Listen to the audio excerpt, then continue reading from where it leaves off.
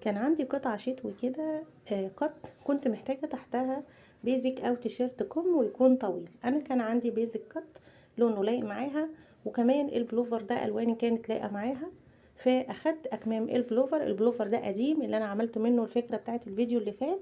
اخدت الاكمام بتاعت البلوفر وهبتدي اركبها في القطعة القط دي.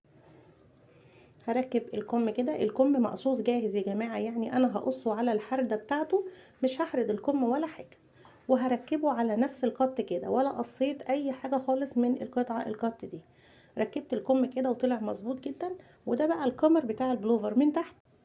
هاخد الدوران او مقاس الدوران بتاع الرقبة بتاع التيشيرت او البيزك بتاعي.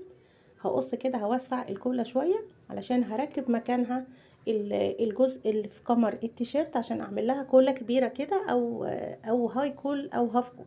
هنشوف هيطلع ايه في الاخر معايا. اهو ده الجزء اللي انا هقصه. هاخد بس المقاس بتاع دوران الرقبة بتاعتي. فكرة بسيطة قوي بجد، والنتيجة طلعت هايلة.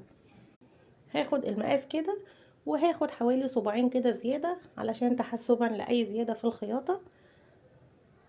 هقص الجزء اللي انا قسته بالشكل ده، وهبتدي اركبها في الكولا بتاعتي اهي. هركبها بالشكل ده، وهقفل الجنبين. انا مش هقفل الجنبين غير لما اركبها كلها.